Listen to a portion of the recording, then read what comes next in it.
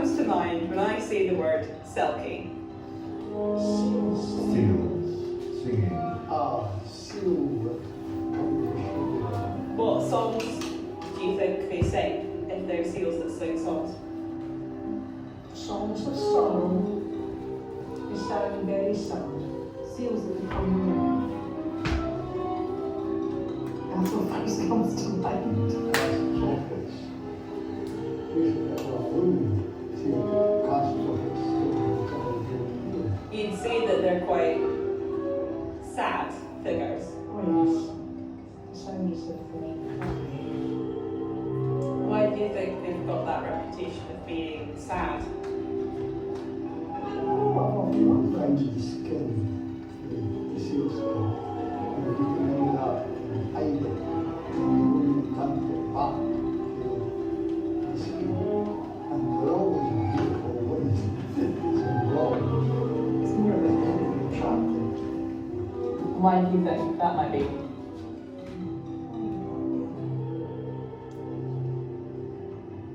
Men like to trap women.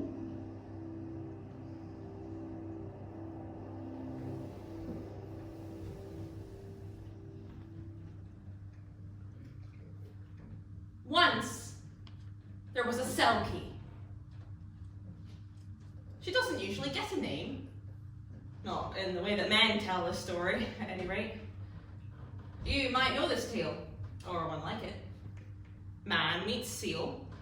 Seal turns into woman. Shocker. Man steals seal woman's Selkie coat to trap her on land with him. Sometimes she loves him. Sometimes she doesn't.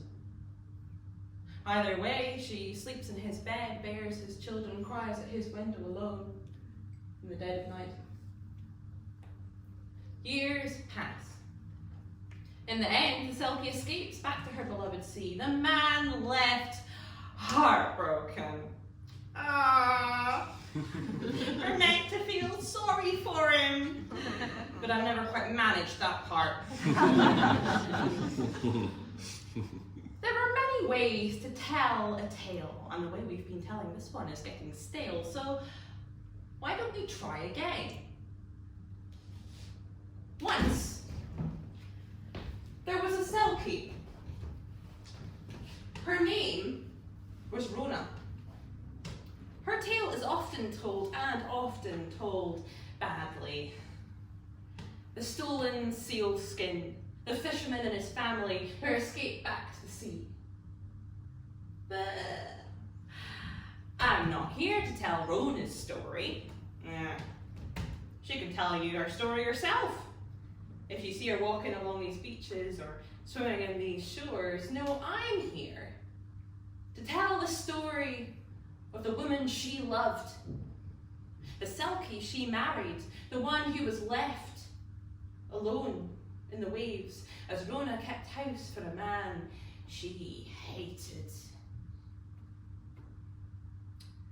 She's not as gentle as Rona. Some might say she's not as nice either, but she's here and she's ready.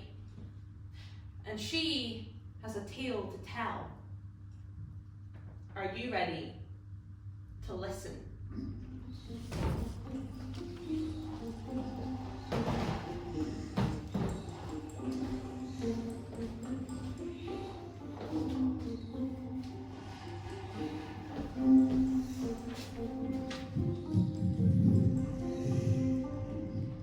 The summers were the worst.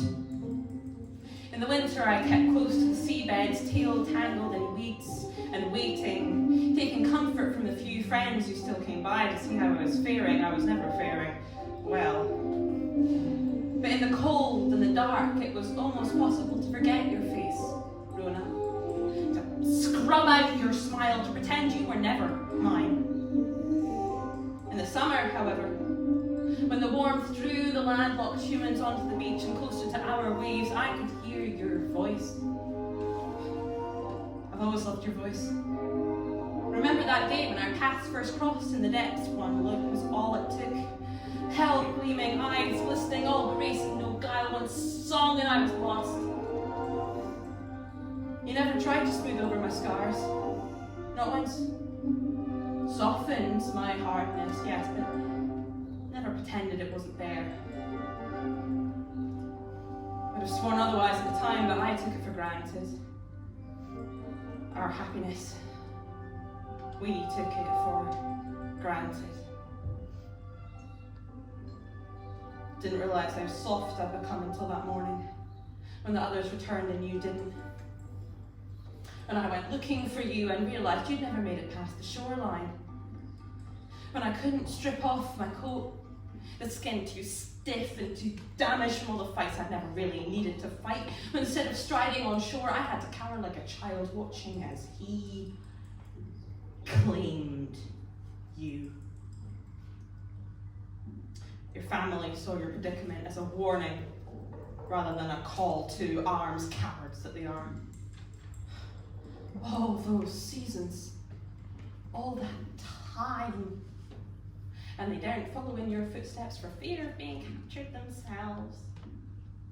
My weeping did no good, neither did my begging, neither did my raging. To them, you were gone, as dead as if you were buried in the seabed silt. But I didn't forget you. I couldn't. I watched, I waited, I listened. Your land voice. So different, yet so similar. Familiar enough that I could hear the drowned sadness in it, glimpsed only in the beginnings of vowels and the ends of adjectives.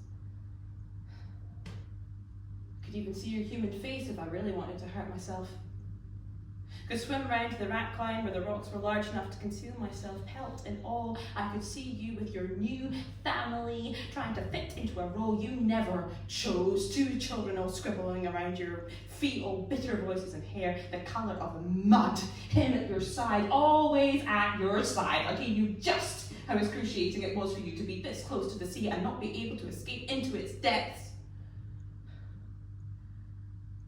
Your hair, once wild and billowing, now grimly plaited down into a small braid, all of you made smaller. Apart from your smile. That he had taken away from you completely. And now let me introduce one of Scottish Academia's up-and-coming presenters to the podium. She's a 2021 Emily graduate from the University of Aberdeen's Elphinstone Institute. She has a Master's in Scottish Ethnology and Folklore, and she's the first academic to ever write a paper on the intersection of LGBTQ identity and folk music here in Scotland. She's here because she ticks our diversity quota box, and her father's a well-known activist. That's right, folks. She's the type of Neville baby where there's no financial gain. She's queer. She's usually the youngest person at any academic conference by at least 20 years. Give it up for Elizabeth Flash.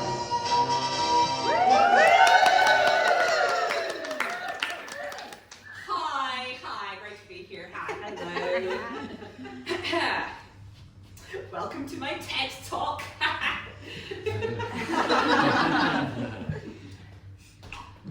I have always told stories. Written them down, spoken them into the air, drawn them into comics. Whispered them to myself in the dark. Stories are what keep the wolf from the door. Stories are what keep us human. Open a book of folk tales, however. Ask a storyteller to tell you a fable, and you are likely to see the same characters over and over again. Fair-haired lads with strong arms and middling intelligence.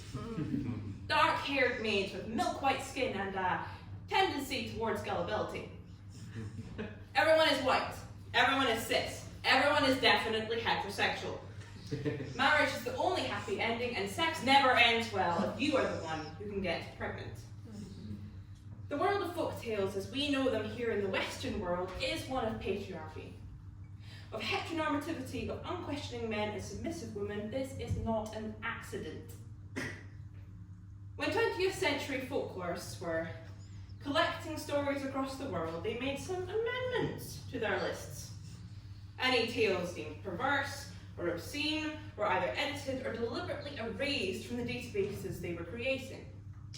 American folklorist Stith Thompson made a cute little subcategory for homosexuality and lesbianism right next to bestiality and incest when he was deciding what to cut out of the Aaron Thompson Uther Index, the index of folkloric tale types I used when I studied the Masters in Folklore and Ethnology at the University of Aberdeen in 2021. No wonder I couldn't find any stories about 19th century cottagecore lesbians running their farm together. Note to self, that joke works. With a few exceptions of queer-coded stories which managed to slip through the cracks of database erasure due to their coding only being visible to those who knew how to look for it, traditional fairy stories and folktales have been culled into respectability. That does not mean that it should stay that way.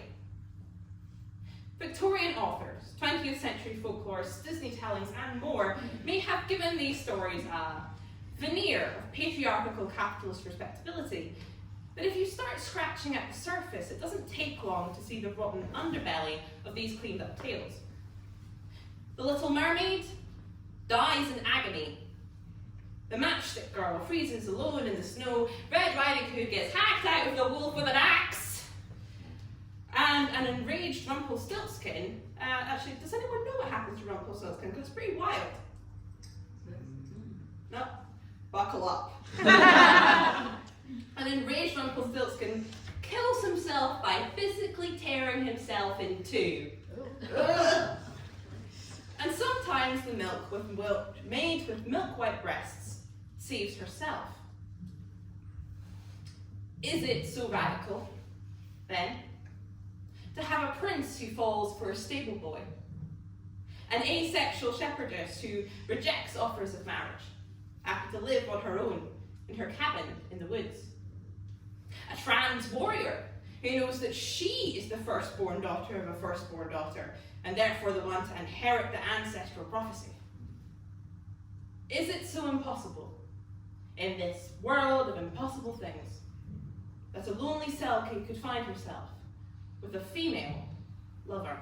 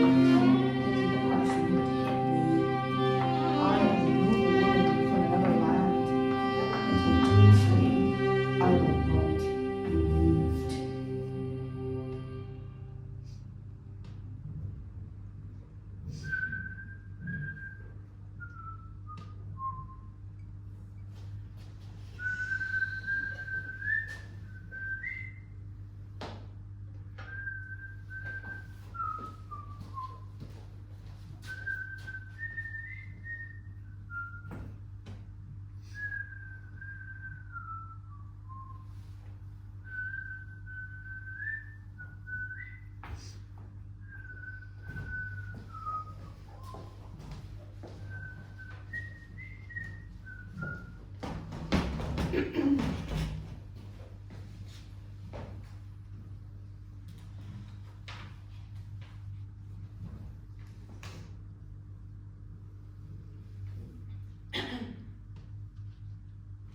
you sitting comfortably?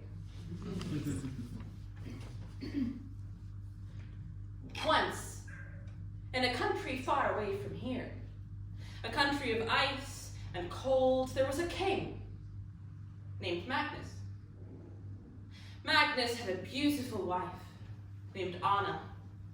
He had 3 beautiful daughters, Agnes, Astrid, and Ingrid, and he had a beautiful castle which looked out on his kingdom from a high, high hill next to the beautiful sea. He was a benevolent king, known for being fair in his judgments and quick in his mercy. The land and all its people lived quietly but happily, and things went on this way for many years. One day, however, there was a knock on the doors to the castle. 3 strangers stood there, offering an unusual promise of great riches and great fortune for the king if he would only listen to their offer. The king agreed, and the guards escorted the visitors into the throne room, noticing the strong smell of sea and seaweed coming off the strangers' coats. The 3 daughters of the king, sitting at his side, were amazed at how handsome the young men seemed to be, and began to squabble as to whom they might offer a hand in marriage if their hands turned out to be suitable. "It will be I," said Agnes, who was as pretty as she was vain.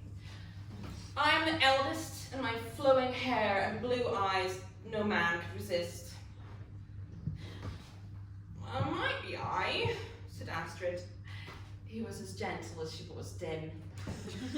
"For surely all will want a woman who can cook and tend his house, not one who will flutter at any man who passes." "Well, as long as this is not I," said Ingrid, who was as sharp as she was clever. "Who needs a man when one could have freedom?" "Most honourable king," said one of the strangers, sweeping into a deep bow, "I have come to offer you a most unusual exchange. If you would agree for us to have but 1 kiss each from the lips of your 3 fair daughters, we would give you 3 most wonderful gifts in return, gifts the like of which your kingdom has never seen before." The king laughed, for his was a prosperous kingdom, and they wanted for little. "What would be your gifts, stranger?" The man smiled, and with a click of his fingers and a twist of his wrist, he seemed to summon his gifts out of the air itself. A white stallion so majestic, an enormous chest brimming with rubies so sumptuous in colour, a cornucopia of fruit so exotic, none were indeed like anything the king and his court had seen before in their lives. "What magic is this?" cried the king. "Very well. If these treasures indeed be mine, and the lips of my daughters indeed shall be yours." Agnes, Astrid, and Ingrid stepped forward. The young men embraced their prizes and leant down for their one true kiss, but the moment that their lips touched that of the young maidens, a most terrible transformation took place. Gone was Agnes's flowing hair. Gone was Astrid's soft smile. Only Ingrid was recognizable as the 3 new seals stared at each other and barked out their alarm, her eyes still clever and still sharp, even as they glistened and blinked into black pools. As the court cried out, the king and queen leaping onto their feet, as the guards rushed towards the tricksters, the king remembered too late the stories he had heard at his mother's knee. The tales that warned the male seal folk, their magics and their desire to trap human wives, to drag down into the waves below. "You aren't mages," he cried, drawing his sword. "Your gifts are mere smoke." As he spoke, the stallion, the dreams, and the fruit all turned to dust. nothing more than trickery. The Finn folk turned to laugh at him and his foolishness, before snatching up their new wives and leaping out of the castle window with a speed matched by no other, their bodies twisting and reforming in the air as they fell, so that when they hit the waters of the cold, deep sea far below, it was 6 seals who vanished down into the depths. The Finn folk brothers had gone looking for their human wives, and human wives they had found.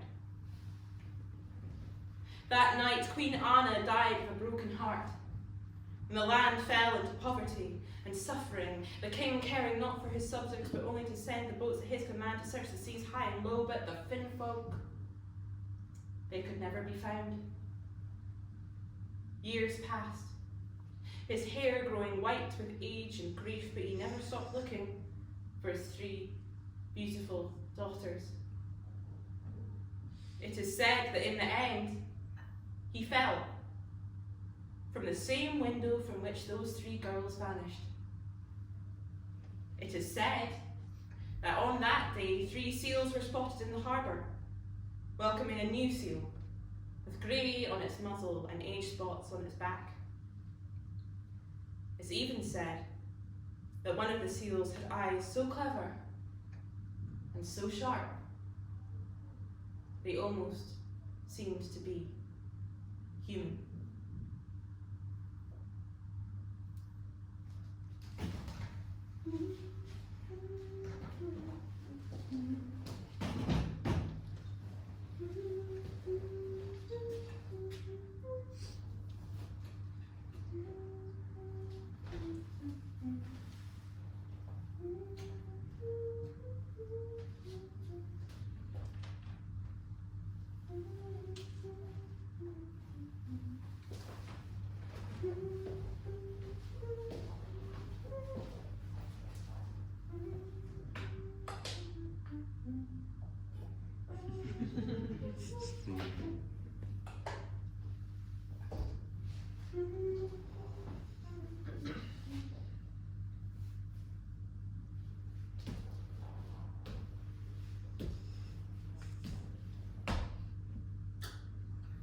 There are many ways to tell a tale.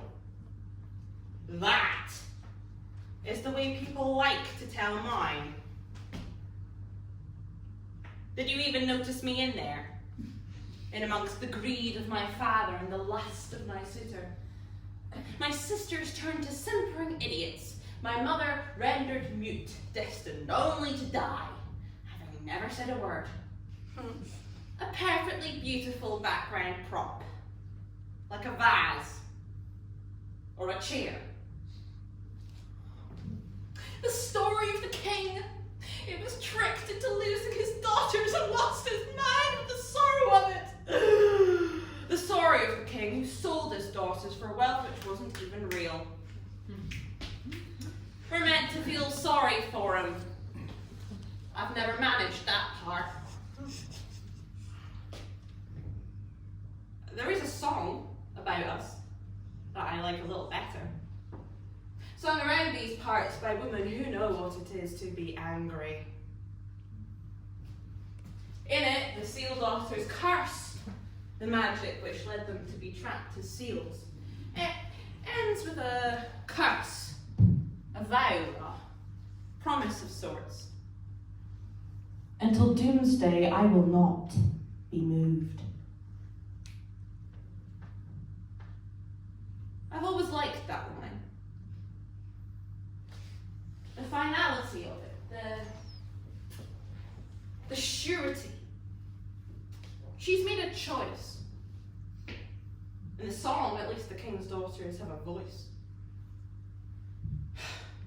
But as for the story, that is how it ends.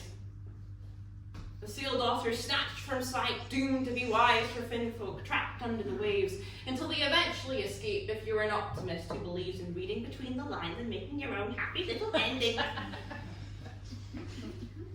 In real life, of course, there's no such thing as a happy ending.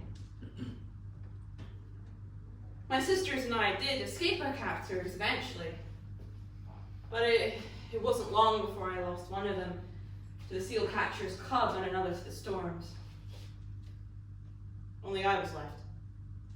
Left to drift and fight and swim and drift and fight and swim, too stubborn to die, too grief-sick to live, just surviving. In the end, I found warmer waters and gentler creatures. The Selkies you can find around these parts are softer than the finfolk I'd left behind. Still seal humans, just kinder, merciful, patient, weak. They tried to help me, to teach me how to be one of them. Explained to me that the world of the human was not as barred to me as I'd been told by my once husband, that I could strip off my coat. But it was too late. In my journey to these shores, my skin had become too stiff, too damaged. I couldn't get it off, no matter how hard I tried.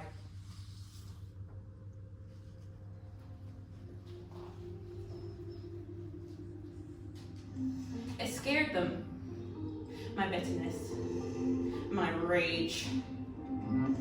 They didn't know what to do with it. Only one Selkie was brave enough to keep on visiting. Only one Selkie was sly enough to get me talking about anything, everything. And even when that one Selkie charmed me into her life, into her world, into her family, into her bed, I was never truly there. Not all of me, not completely. When you've been alone for that long, fought through seas that dark, that treacherous, you never surface entirely whole. You'd say that they're quite. But I tried. I smoothed down my skin. I stuck on my smile. Never really worked. Selkies are so bad at what to do next when nice words stop making things better. When all their suggestions had run dry and the problem still wasn't fixed. When I could tell that they wanted me to just be healed, and all I could give them was my heart. When they kept on talking of acceptance, and I could tell they had no concept of what it was they were telling me to accept. When I woke up every day with clawing muscles and damaged skin, when there was not a single moment of peace, when I would have given anything for the pain to just stop for 1 hour, for 1 minute, for 1 second. When the prayers didn't work, and the meditation didn't work, and the mindfulness didn't work, and the medication didn't work, and the endless doctor's appointments didn't work, and the gratitude diaries didn't work, and the diagnoses didn't work, and the mindfulness didn't work, and the psychotherapy didn't work, and the massages didn't work, and the exercises didn't work, and exercise didn't work, but resting doesn't work, and counselling doesn't work, and the positive shitting mindset doesn't work, and I can't remember why I was trying to be positive when everything only ever seems to get worse. People keep asking me when I'm going to get better, and I hate them for it, but I'm so scared that I never will, and this is it. There is just me and this broken body, and I've never felt this fucking alone.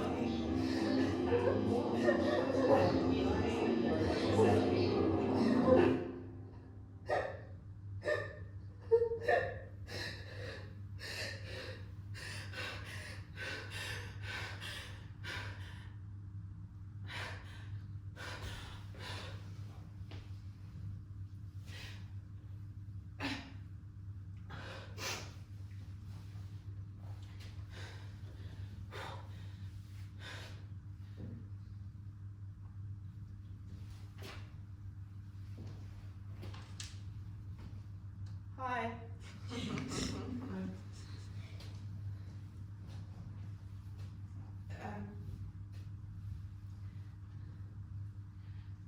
I ever started to write something. A book, a song, a diary entry, a play. Thinking, expecting that you were writing about one thing, and then gradually realized, much to your surprise, that you were writing about something else entirely.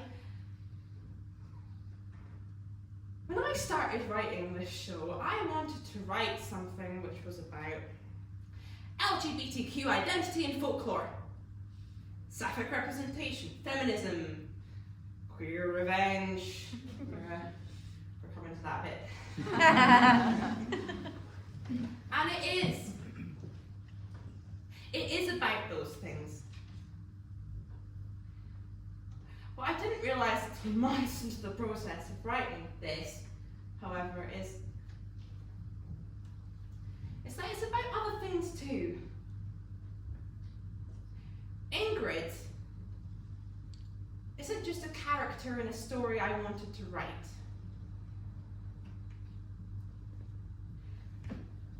Ingrid, much to my surprise, is me.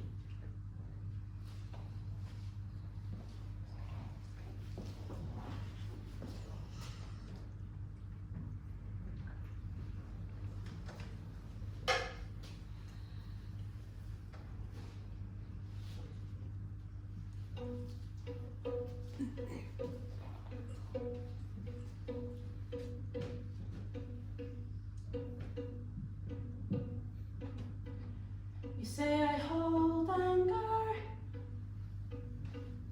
too close to my chest, but out of my options,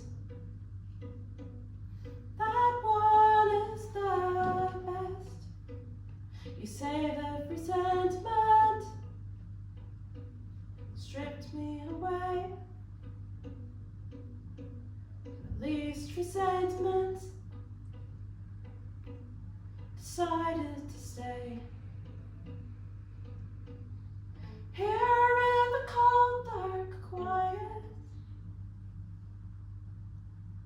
here in the endless silence, I hold my own hand. I hold my own hand. Here in the ever after, words at the end of the chapter. There's no one out looking for me. I'm alone on an empty sea.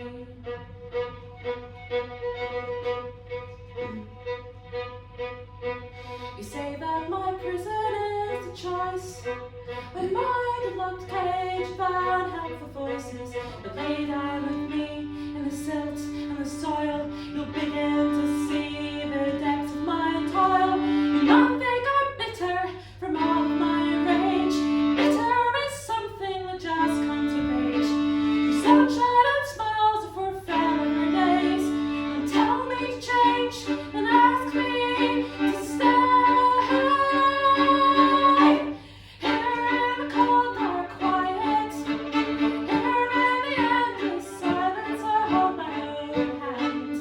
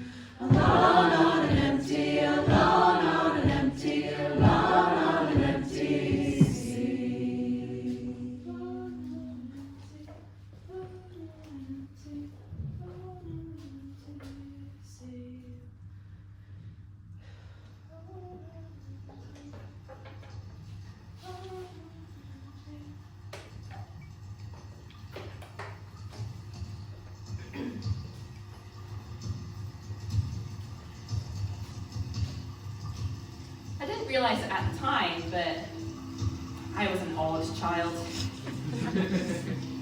My family used to joke that I was a Selkie bairn, washed up somehow from another land.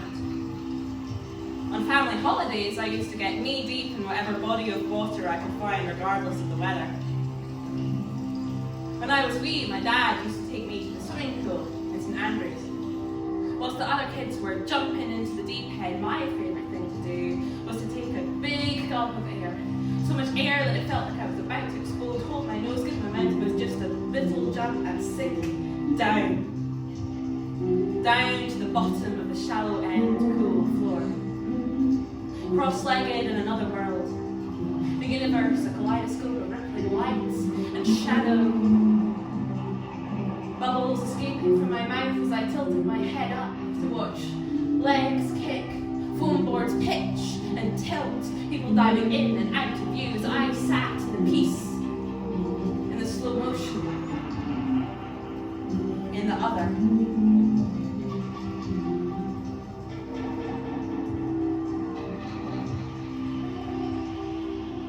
It's been years since I was in a swimming pool. First I learned to hate my body, and then my body learned to hate me. Folk tales are full of unruly bodies. The ugly beast, the ugly duckling, maidens with cut off hands and sewn shut lips. But in the words of Amanda Ledoux, happy endings, they're only for the able-bodied. In the world of the fairy tale, disability is only ever a temporary trial. Something for our hero to weather with good grace and patience and from which to be released on the final page. After all, in the world of the fairy tale, disability is never just disability. It's a metaphor, it's an analogy, it's a stand-in. The writer Anne Schmeezing says that to read disability as a metaphor for something else is in itself an act of erasure, because it abstracts the individual and their disabled body.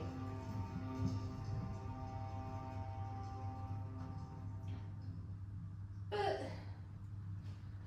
she doesn't say what to do when you create a metaphor by accident.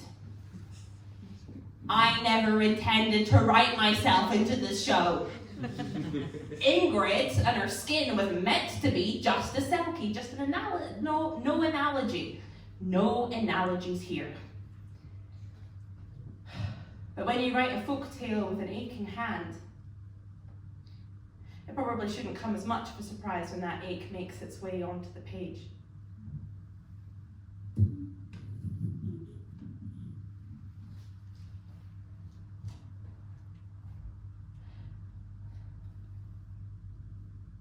Life with chronic pain is a life full of compromise, of loss, of frustration, of standing at the water's edge in a skin too stiff and too sore to be stripped away. Freedom so close, and yet just out of reach.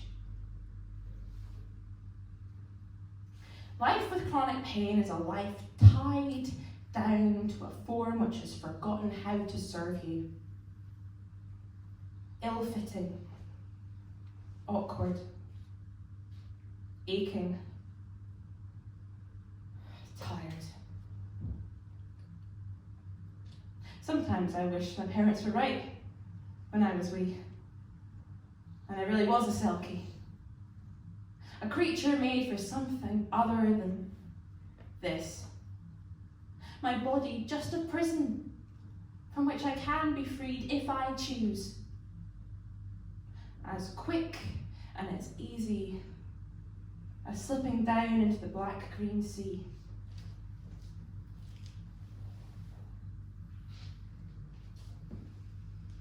Sinking down into the depths. Tail tangled in weeds and waiting, hoping for a kinder season to come along.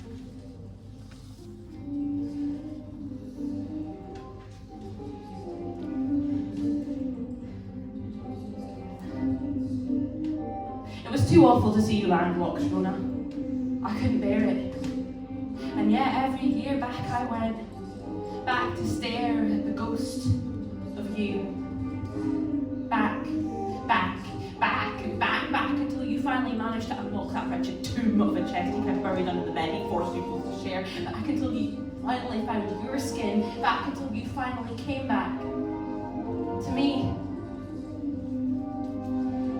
I still wish you'd give me your blessing for me to slaughter him, my love.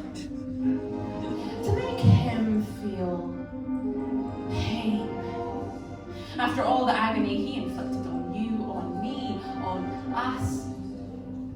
But you tell me that the absence of you, of his prize, is punishment enough for him, and ask for me to let it go. Someone used to look after the land children, you say, and they never loved me. The past is past. No need for revenge. No need for revenge. Entwined with her on the seabed, my heart mended once more.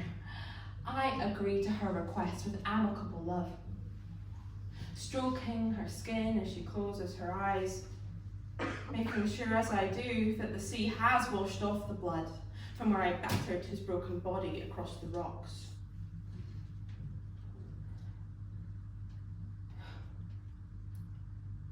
She never need know that the fool came looking for her on his pathetic little fishing boat, and I never need tell that I got the only end to this that would give me my own peace of mind. This way? This way. We can both have our happy ever after.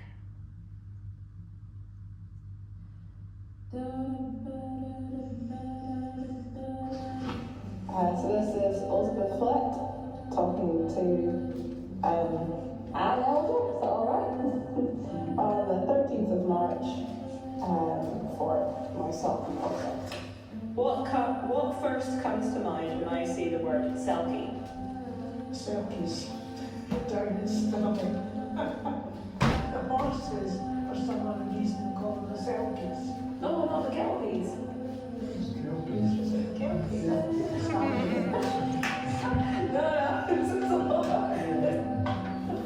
Okay. I know absolutely nothing about scales. There's no reason why somebody, there's no skills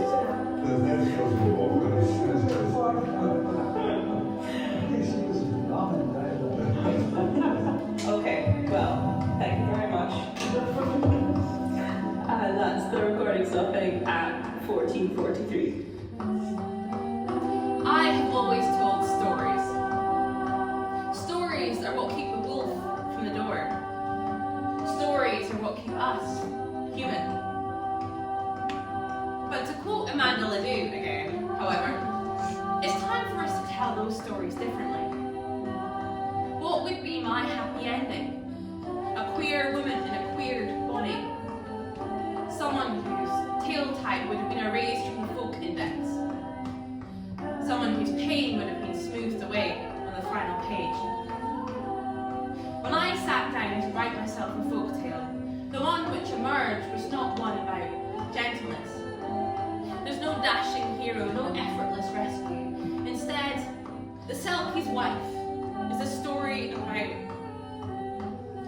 pain, about loss, about love, about frustrations, determination, resolve, and lessons learned. On my final page, Ingrid is safe, and she is loved, and she is free.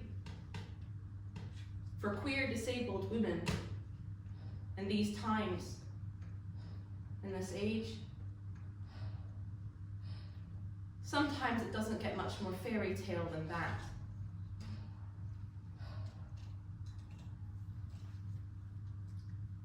So,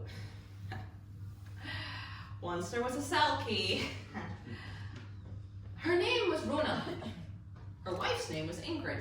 For a time we made each other very happy, which is all any of us can really hope for in this mortal world. Perhaps Ingrid's secret was never found out. The two of them growing old in each other's arms. Perhaps Rona found the wreckage of the boat and asked one too many questions. The two of them split from each other forever by lies and deceit and unasked for revenge. Perhaps Rona visits her land children from time to time, her coat hidden somewhere no one could ever find it. Perhaps they remember her. Perhaps they do not. That is all up to you to decide. I am but one teller of stories amongst many, and a tale is a tale, is a tale, is a tale, is a tale, is a tale, is a tale, is a tale, is a tale, is a tale, is a tale, is a tale, unique to every person who tells it. Which ending will you choose?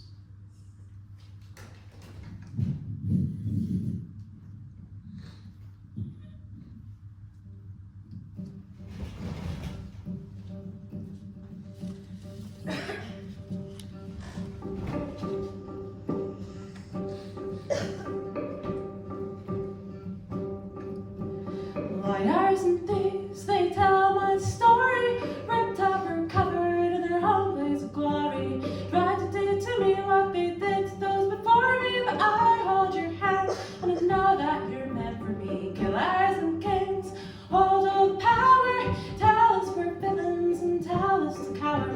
But though I'm lost, I was never the first to feel this bone deep kind of hurt.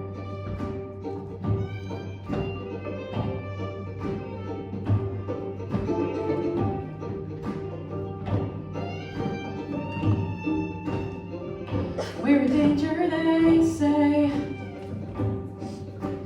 Lock up your daughters and sons and stay away. Where can I go when there's nowhere to run? You know how this ends. The hero wins and its soldiers pretend. But who did you kill at the end of your sword? What did you stand for and what was your cause? Liars and thieves, they tell my story, ripped up or covered in their own place of glory. Tried to do to me what they did to those before me, but I hold your hand and I know that you're meant for me. Killers and kings, hold all the power, tell us we're villains and tell us to cower. But though I'm lost, I was never the first to feel this bone deep kind of hurt.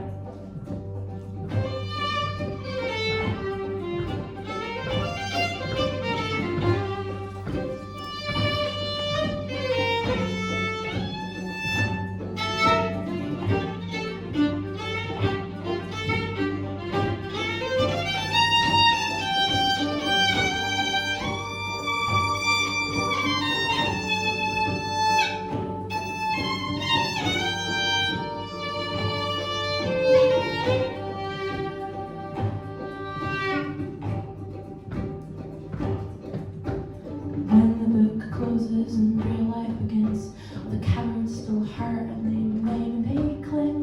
Boys destroy all that scares them. When the book closes and real life begins, all the cowards still hurt and they maim and they cling. Boys destroy all that scares them. When the book closes and real life begins, all the cowards still hurt and they maim and they cling. Boys destroy all that scares them. When the book closes and real life begins, all the cowards still hurt and they maim and they cling. Boys destroy all that scares them. When the book closes and real life begins, all the cowards still hurt and they maim and they cling. Boys destroy all that scares them. Liars and thieves, they tell my story, ripped up or covered in their own place of glory. Tried to do to us what they did to those before me, but I hear you shout, and I know that it's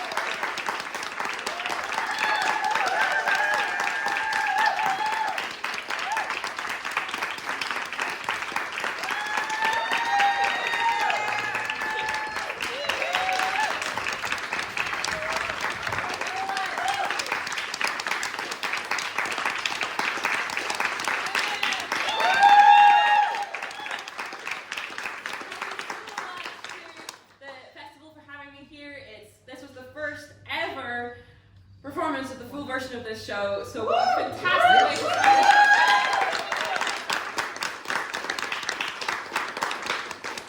Yeah, thank you to everyone that's made this festival possible. It's fantastic to be such a great lineup. I'm going to be in the bar afterwards, drinking in celebration to the end. So please do come up, please do say hi, please tell me what you thought, if you liked it.